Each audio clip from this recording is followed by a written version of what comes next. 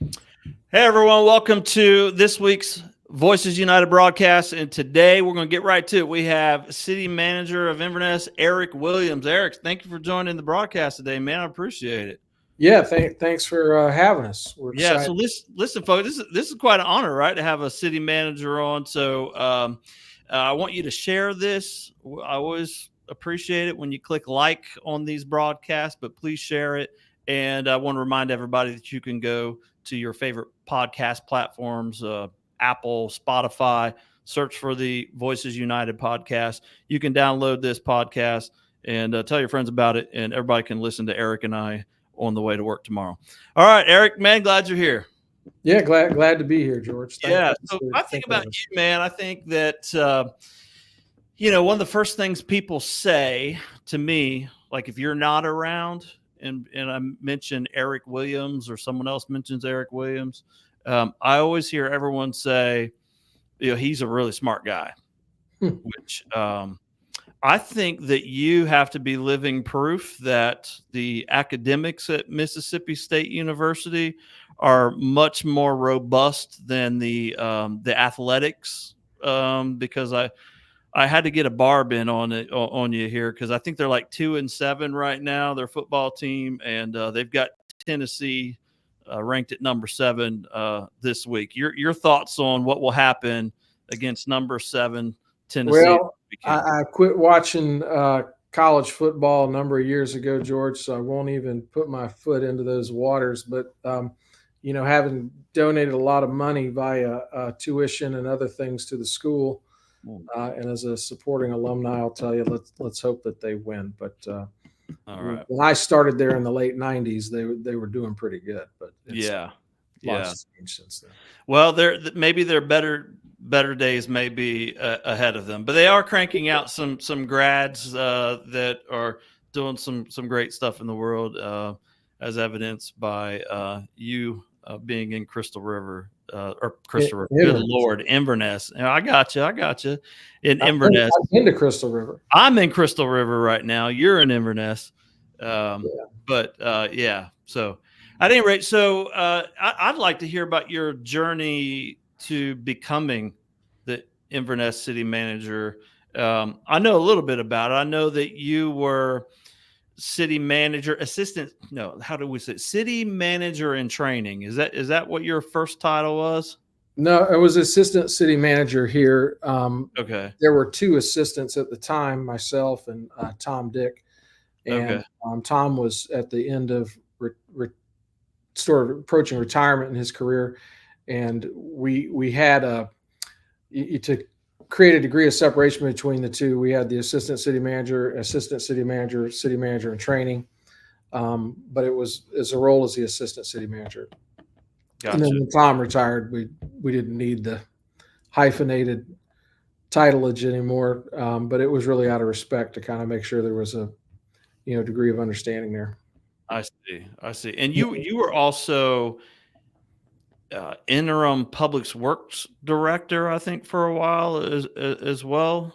Here at the city, I've been a Yeah. director of. I've been probably been the director of each department from the at one point or another. I mean, if you're going to be in a administrative role in a small city, you're going to find yourself, if you do it, in my opinion, the right way, you're going to find yourself being the director of a department, all the departments at one point in time. But I've overseen public works, the utilities, growth management, finance. We rekindled and restarted the fire department here, and I've served as interim chief. I mean, it's less about title, George, and more about providing leadership when it's needed, when you don't have someone in that role. I always say that someone can be the leader. You don't need a title to be the leader. You just need to be able to work with folks and help them get to the success that we're all working towards. Yes, yeah, I love it, man. And it's one thing is I want to talk to you about just your leadership philosophy, and I think that you've really hit on it. Like if I were to sum up mine in one sentence, it would be leaders go first. Yeah. And so it sounds like you've gone first there in quite a few different roles there within the city. So, but is there any one of those roles that you were in that you look at it and you say, that was that stood out to you in any sort of way as being particularly challenging or particularly gratifying for you personally? I don't think there's a favorite among them. What I can tell you is that in any city and really any county government, when you start to delve into public works, there's so many things there that people don't realize that governments are charged with responsibility wise that we take for granted. I mean, people don't realize that the government has a footprint to do with the electrical infrastructure by rights of way, garbage, the water's going through the pipe when you want it, the toilet flushes when you need it. I mean, these are critical things that they require an immense amount of operational planning and management and maintenance, and those things are very laborious. And when I speak to groups and talk about the core services of a government, the pretty fluffy things, the parks and recs, the events, those the feel good things, and people enjoy as a quality of life. You enjoy those and don't focus on the other things because they run so well. And there's plenty of governments where they don't run, the public works stuff doesn't run good. And well, the residents are none too happy about that. But, Florida uniquely has a lot of drainage challenges as well. And it is a very eye-opening experience when anyone steps into that role. We try and get folks to really immerse themselves in what they do, but it is an immersive experience to get into public works for sure. Yeah, I can imagine. And listen, that's just all of the nuts and bolts of the different departments and what they do and how they keep the city functioning and whatnot. And then and you throw on top of that another layer of like politics and all the rest of it. It just really seems like a really big job that you have right now at this point. And it seemed like everybody's playing nice though, man. If I look back at before you became city manager, it's just historically like there's always going to be some tension or whatever. Like something's going to come up here and there between maybe county government and one of our municipalities and whatnot. But I'll tell you, man, ever since that you've been in that role as city manager, and I know you're coming up on 5 years, I think in January, if I've got that right. 5 years as the manager. Yeah, I've been at the city. I was 9+ years as the assistant. So, it's been a while I've been here, but inherently, George, I think anytime you have a structure of government like Florida has with these constitutionally set out counties, which that's what Citrus is. It's not a charter county. It's a constitutional county, which the bulk are. And you have municipalities, you get always some form of overlap, interaction. It's not always positive. There's, it's geography, right? It's territory. But I think that we all have to recognize that this is a community at the end of the day. And every city resident is also a county resident. The city of Inverness does run uniquely different than a lot of governments. It really does. And I think I'm only the third city manager the city's ever had, and they've had a city manager since the 80s. So legacy sustainable leadership is a big feature to our success. It's also a big feature to how we run the city. And it makes us be a little touch and feel different than other governments, not making it an assertion that others aren't in the good, but we just have a unique rhythm here. And it sometimes, it takes us just as much as anyone else from the outside looking at us to understand that. And we've done, I think, a great job of trying to build bridges back to things. I've been in Citrus County 20 years, and I've been in a form of government the entire time with being in a director level position at the county for a number of years. And I've been on both sides. I've drove the getaway car of the bad politics, and I've been on the side of making it better. So, I mean, I've seen those things come and go. And the landscape of Citrus County, to the good, I think, is heading in a much more collegial direction, which is what the community deserves, is what we all deserve. Yeah. Listen, when I look at the two municipalities and the leadership right now of our Citrus County government, I'm impressed, man. It just really seems like folks are working well together. I don't know how the sausage is made, but behind the scenes, but it just seems like we're in a really good place right now with people of goodwill who really want to work together for sure. Now, I've been in Citrus County for 27 years now, and coming from a different state, coming to Inverness resident, well, not city proper, but I have an Inverness address anyway for the last 27 years. I just didn't understand the relationship. It's like, okay, we got a city manager, but we also have a mayor here. Like, there's probably other people that are confused about that, maybe more Midwesterners and Northerners like myself.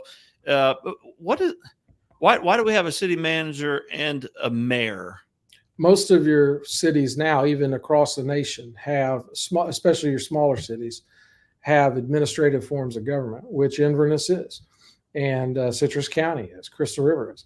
And what that means is that historically, and in Citrus County as a whole, both the county and the cities, they did not have city managers and county managers, I believe, until 85, 87. And they were governed in a way where you had a strong council commission form of government where the commissioners or the council persons, I should say, they actually supervised the individual departments. And a lot of times they would rotate it. So if you were on a city council and we were on the city council, 1/4 of the year, you may be in charge of public works and I may be in charge of law enforcement and fire, and it would rotate. And that was a very trusting kind of, you really can't, unfortunately, you can't get a lot of corporate entities to want to succeed with that. And we are corporations. So inherently, you start to find a need for a CEO. And just as you are the CEO of United Way, these governments began to see a real need to have a CEO to be able to carry out an efficient, effective government. And in the 80s, with really the adoption of the Growth Management Act in Florida, it set out the principle of needing to look at administrative forms of government in order to carry forward these more complex policies and needs within your local government. So that really drove that. So here's the thing. You had a council and a mayor. What is unique about Inverness's mayor is that he is not a voting member of the city council. He's really a figurehead of the city. And whereas in Crystal River, the mayor is both a figurehead and a voting member of their council. So it is a little different in Inverness. But again, most of these small cities started life out without an administrative form of government, just as Citrus County did. And now you have them. They're necessary because these are very expensive corporations to run. You know, the city of Inverness just adopted a budget that's over $80 million for the 24-25 fiscal year. When I first came here, I think the adopted budget was $16 or $18 million. So these are not small entities. They require a true kind of corporate structure. Yeah, I couldn't imagine as someone who has a board if I were in a position of just divvying up amongst board members like every single function of what we do and say you're in charge of that, like that the lift for those volunteer board members would be it would be very big. I can't even imagine it. There's plenty that try, George. I mean, I think you can turn on any county commission or council meeting in the state of Florida, and there's plenty of management from the dais that either occurs or there's an attempt to. But you know, it is part of the state statutes in this state that there is a clear voice of an administrative form of government in your cities and counties.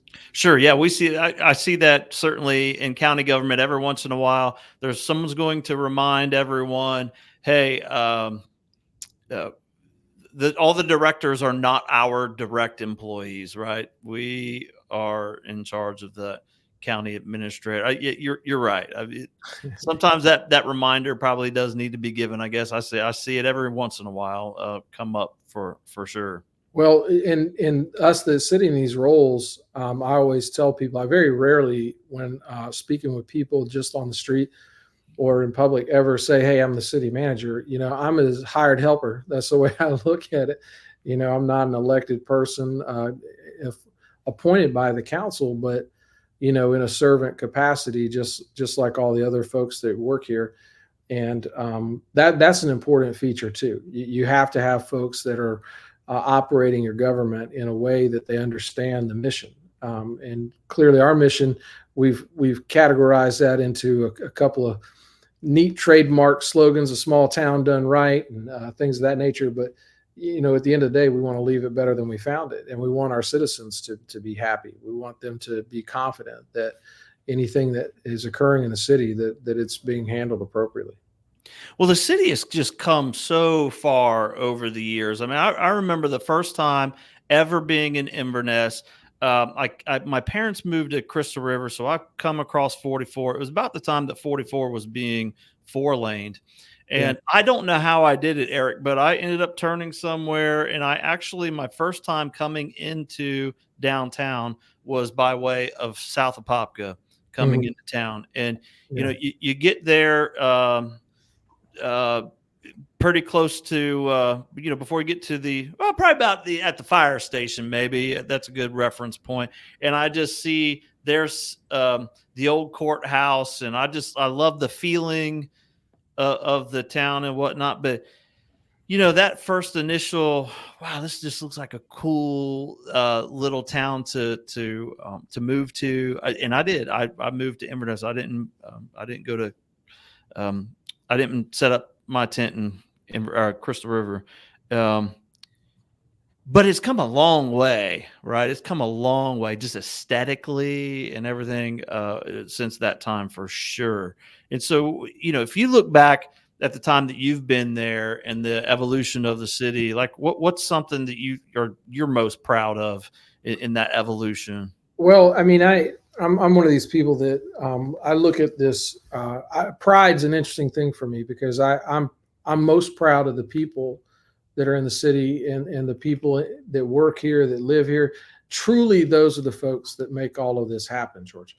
In my time here, we've done amazing things, from my time as the assistant to the time as a city manager. I mean, we've just done these incredible redevelopment projects, from what you see in the downtown to the Valerie Theater to the Depot District, for what you see through our unbelievably ambitious road improvement program.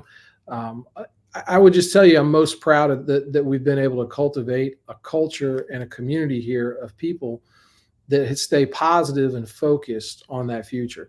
Any one of these projects, beam ear to ear with pride. But at the end of the day, it's the people and the support that I would tell you I'm the most proud of. Well, I do feel like Inverness is becoming like that arts and cultural center of our community. It's that maybe that's just one man's opinion, but it does feel that way with the Valerie. I seem to remember a time where I was in a different role in a nonprofit that I had started, and working with the city during events and whatnot. I remember the Valerie being renovated, and there was plenty of availability if you wanted to reserve the Valerie. There was a time it was that There's way. no problem to get in. That was for Yeah, sure. there was no problem getting in there, and I can tell you now, from what I understand, I can't get in. yeah, right, There's yeah. plenty of, I'm very serious. I mean, when we built that theater, we always had a couple of seats that were kept back. That there's a lot that went into the theater redevelopment, but was particularly up in the balcony. And today, it's sold out crowds in there, and I think we're over a year and a half out for reserving the theater for different events and shows. But part of what went into all of that, George, was a retooling,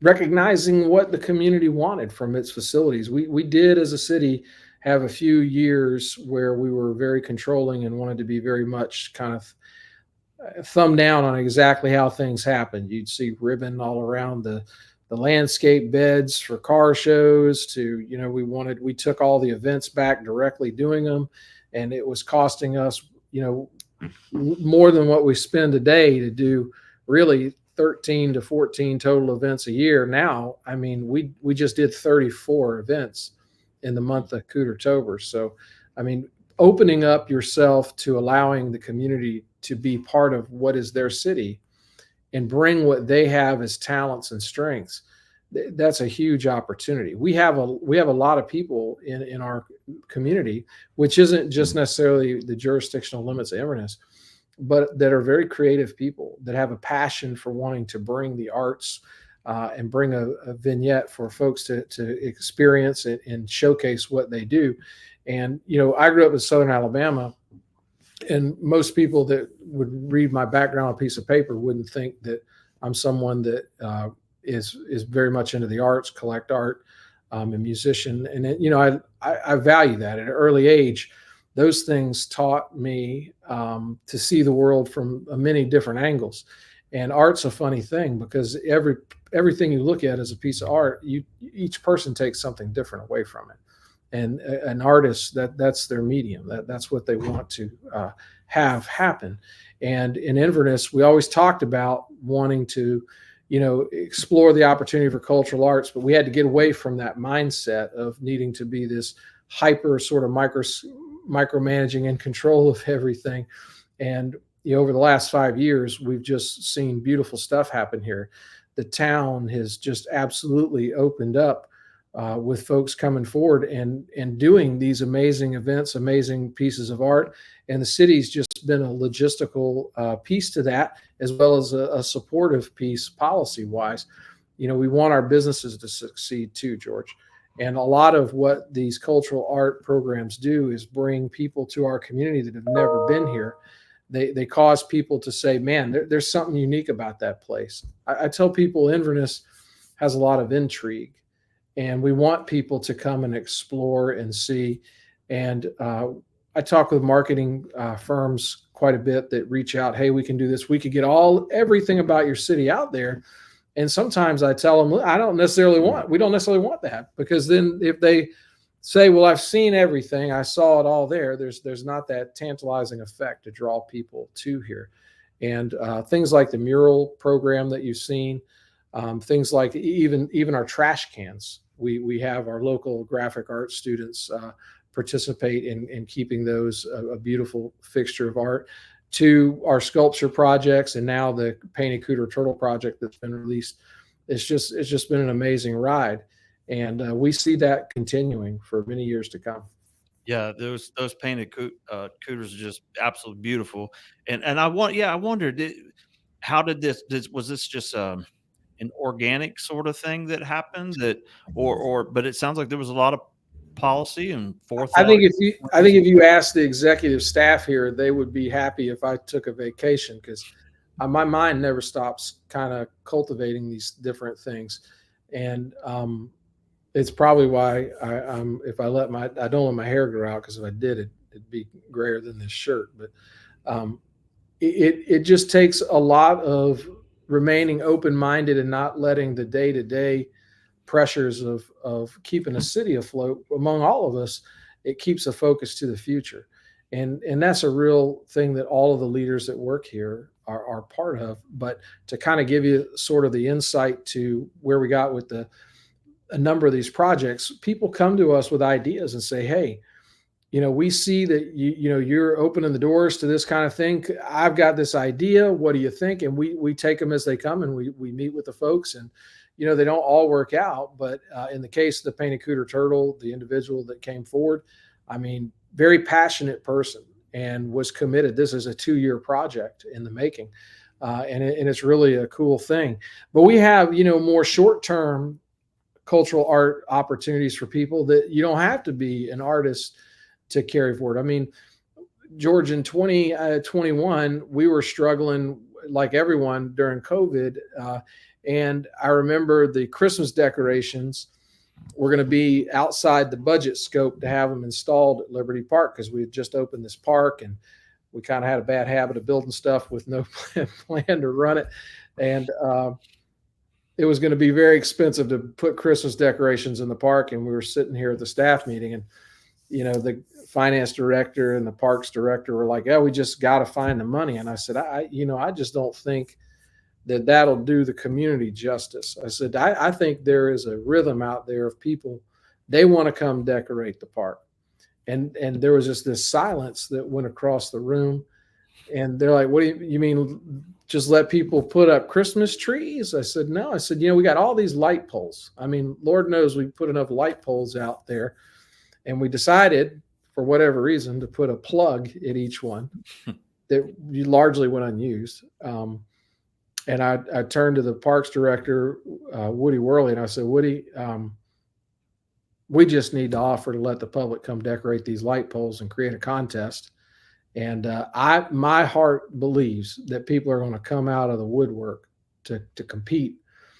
And there was a lot of doubt with that, but today, I mean, that thing's already completely sold out. It's free, but it's sold out. I mean, each year now, people are racing to get to show off their creativity and their expression of the community in that opportunity at Light Up the Lake and the light pole contest. And it's not just these big art projects that are touching lives. It's also the families that have been now for some 4 years doing one of those light posts, coming forward and getting to do that and express themselves. So we really look at ourselves as not necessarily an epicenter of cultural arts, but an opportunity for folks to come and express themselves. Yeah, great program. I heard about that at my barber shop. Shout out Tim's Barber Room, a Small Business 365 member here at United Way. But yeah, they're just so excited about doing a light post, and yeah, this is very cool. Very cool. Great example of thinking outside the box for sure, and engaging the community in the process. Yeah, you get the other mission we had was we've done the July 3rd event for a long time, and it was always fireworks. We had strayed away from the community involvement of it used to be all the nonprofits sold food at that, and we kind of moved away from that. And after COVID, it was a mission to make that event be for the community again. Really get them engaged and bring back in the churches and the nonprofits, and have them have a voice in that again. But at the same time, as someone who's a musician and been in several bands, it was important to me that folks could experience a once in a lifetime concert without having to go to Tampa or Orlando or a big city, but they could be right here in their own backyard. And it wasn't prohibitively expensive with $200 and $300 person tickets. So I remember getting a partnership with a gentleman that owns a number of radio stations. And I said, let's bring in a big artist. And we brought in Montgomery Gentry that first year. And I think that was the most people that's ever assembled at once in Citrus County, even to this day. I mean, it was just crazy, but people loved it. And we're carrying that tradition on. We just had Parma Lee here this summer. We'll stay tuned for who we're going to have this year coming up, but it's going to be big. And those things are important because of a town of 7,500 people is making sure that it has an opportunity for tens of thousands in a one night opportunity. That's just crazy when you think about it. So being a musician, when can we expect to see you headlining on the square somewhere?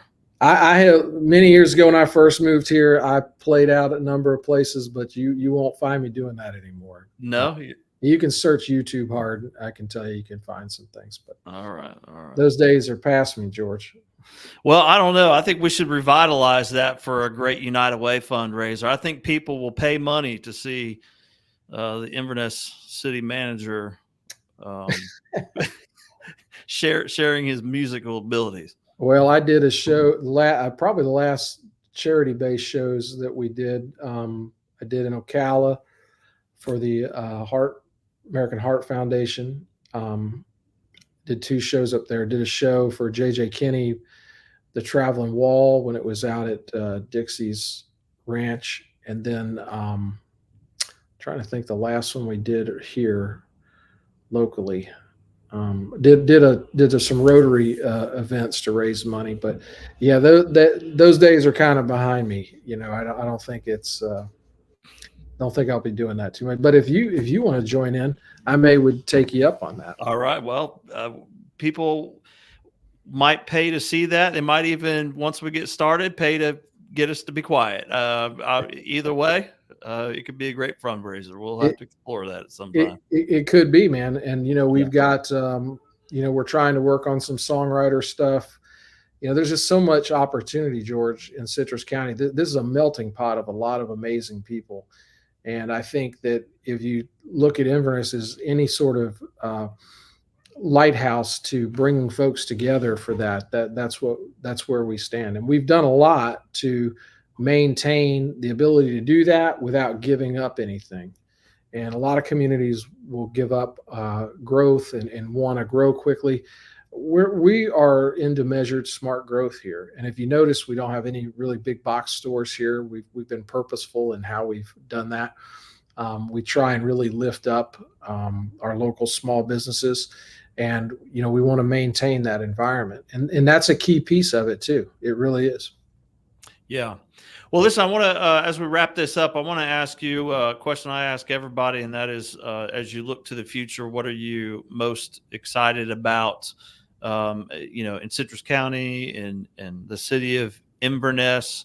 There's always folks that have plenty to complain about. Gosh, we live in a great community. You've talked about it a lot here today, and just the people that make this community great. We are in a season of growth. We all know that as a county. But as you look to the future, Eric, what's something that gets you excited? I think the next generation are young people. And we've struggled here in Citrus County for a long time, I think, to really economically diversify beyond being a service economy.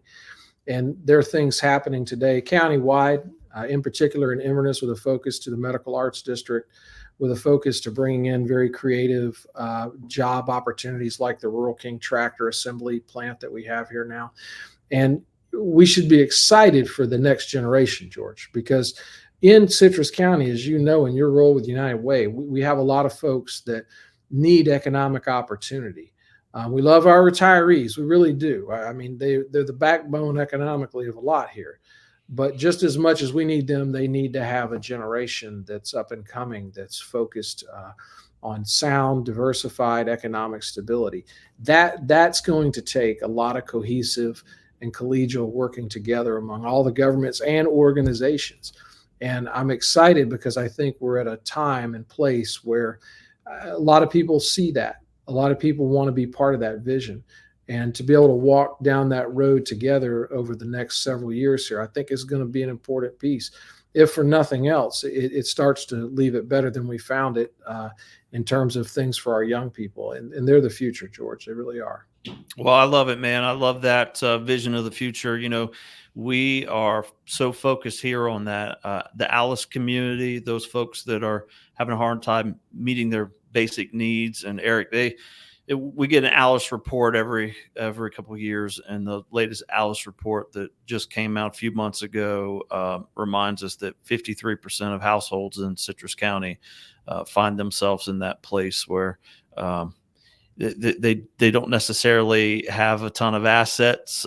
They have some significant income constraints, but they are working, and we definitely have a lot of work to do together, as you said, collaborating with one another to make that future brighter. And I know we can do it. So I think, George, it's important. I spoke recently at a fundraiser for a rescue mission, and every person is one moment away from being in that Alice community. No matter how wealthy, no matter where you are, anything could happen in life. And we should all look to build a stable environment around us that if it does happen, we can get ourselves back to where we need to be. you're absolutely right, man. And I think I think sometimes people believe it's just semantics when it changed from using the term working poor to Alice. I think Alice puts a finer point on it.